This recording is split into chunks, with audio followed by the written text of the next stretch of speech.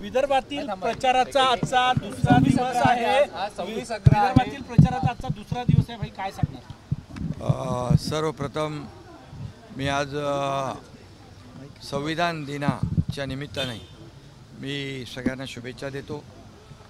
Bharat Ratna doctor Babasaheb Ambedkar यांनी संविधान आपलं सर्वोत्तम लिहिलं आणि त्या घटनेच्या आधारावर आपला राज्यकारभार चालतो आहे आणि संविधान दिन साजरा करण्याची सुरुवात आदरणीय प्रधानमंत्री नरेंद्र मोदीजींनी सुरू केली। त्यांचं मी मनापासून अभिनंदन करतो। आणि काही लोक संविधानाच्या कोऱ्या पुस्तिका लाल कलरच्या सगळीकडे दाखवतात, त्यांनी जरा याच्यातून बोध घ्यावा असंही मी या ठिकाणी सूचित करतो। त्याचबरोबर 26/11 मुंबईवर झालेला हल्ला, 26/11चा जो काळा दिवस मुंबईकरांनी पाहिला, त्यामध्ये मी शहीदांना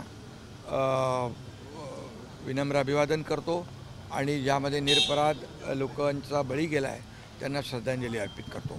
आणि यामध्ये विदर्भामध्ये मी कालपासून प्रचार करतो आहे। अनेक सभा मी अटेंड केल्या, अनेक सभांना उपस्थित राहिलो आणि त्या ठिकाणी पाहिलं एक प्रचंड उत्साह, विशेष करून लाडक्या बहिणींमध्ये विशेष उत्साह जाणवला। लाडक्या बहिणी, लाडके भाऊ, अगदी तरुणांपासून युवापासून अगदी ज्येष्ठांपर्यंत सगळे सभेमध्ये उत्स्फूर्तपणे सभेला उपस्थिती होती।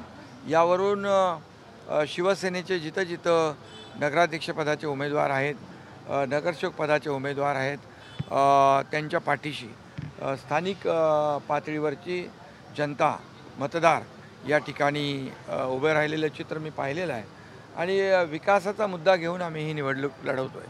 आणि म्हणून नगरपालिका, नगरपंचायत या नगरविकास खात्याच्या अखत्यारीत येत असल्यामुळे मी नगरविकास मंत्री असताना, मुख्यमंत्री असताना देखील जिथं आमचा नगराध्यक्ष नव्हता, नगरसेवक नव्हते, तिथेही आम्ही विकासाला पैसे दिलेले। ते आता इथं गेल्यानंतर सगळ्या गोष्टी समजत आहेत आणि म्हणून विकासाच्या मुद्द्यावर इथे रस्ते, पाणी, पिण्याचं पाणी, भुयारी गटार योजना, मैदानं, उद्यानं, आरोग्य व्यवस्था आणि या सगळ्याला आम्ही पैसे दिलो आहे। प्रधानमंत्री नरेंद्र मोदीजींच्या वाढदिवसानिमित्त प्रत्येक नगर परिषदेला 1-1 कोटी रुपये नमो उद्यानासाठी दिले, ते देखील त्यांना पोहोचले। त्यामुळे खऱ्या अर्थाने विकासाचा मुद्दा हाच आमचा अजेंडा आहे आणि तो आम्ही चालवतोय। लाडक्या बहिणी महायुतीच्या बाजूने आहे, परंतु त्या कोणत्या पक्षाच्या बाजूने आहे? कारण की परस्पर विरोधात लढत आहेत। आता आशिषजींच्या रामटेकमध्येच भाजप वर्सेस शिवसेना लढत आहे, भंडाऱ्यामध्ये आहे। लाडक्या बहिणी नेमक्या आहे कोणाच्या बाजूने? लाडकी बहीण योजना जेव्हा मी मुख्यमंत्री होतो तेव्हा सुरू झाली आणि महायुती सरकारने सुरू केलेली आहे।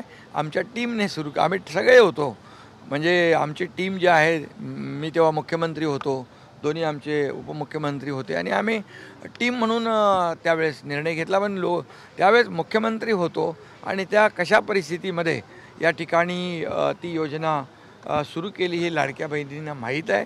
त्याच्यामध्ये किती अडथळे आले तेही लाडक्या बहिणींना माहीत आहे। परंतु एकदा आम्ही निर्णय घेतला लाडकी बहीण योजना सुरू करायची आणि तिची अंमलबजावणी करायची, काटेकोरपणे त्याची अंमलबजावणी सुरू आहे आणि लाडक्या बहिणींना मी विश्वास पण दिला आहे की कोणी किती काही म्हटलं तरीसुद्धा लाडकी बहीण योजना कधी बंद होणार नाही। त्यामुळे लाडक्या बहिणीबरोबर योग्य तो निर्णय घेतील। गुलाबराव पाटील काल म्हटले की आमच्याकडे नगरविकास खातं आहे, 1 तारखेला बाहेर झोपा, लक्ष्मीचं दर्शन होणार आहे। काय अर्थ काढायचा आहे आता? नगरविकास खातं म्हणजे या नगरपालिकेच्या निवडणुका आहेत, नगरपंचायतीच्या निवडणुका आहेत। त्यामुळे यामध्ये याचा विकास जो आहे नगर परिषदांचा, या छोट्या शहरांचा नगरपालिकेच्या माध्यमातून होत असतो आणि नगरपालिका या नगरविकासच्या अखत्यारीत येत असतात आणि नगरविकास विभागाच्या माध्यमातून देखील आम्ही छोटी छोटी जी शहरं आहेत ती डेव्हलप झाली पाहिजे, त्यांचाही विकास झाला पाहिजे, त्यांचे विकास आराखडे मंजूर झाले पाहिजे, याकडे आम्ही कटाक्षाने पाहतो आहे। आणि मोठी शहरं विकसित होतात, पण छोटी शहरं जी आहेत निधी अभावी विकसित होत नाहीत, त्यांना देखील मोठ्या प्रमाणावर निधी दिला आहे, यापुढेही निधी देणार, याचा अर्थ असा घ्यायचा।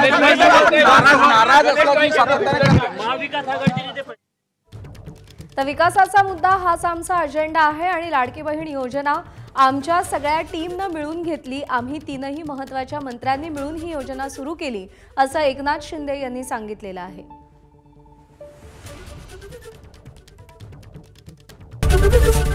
एबीपी माझा, उघडा डोळे बघा नीट.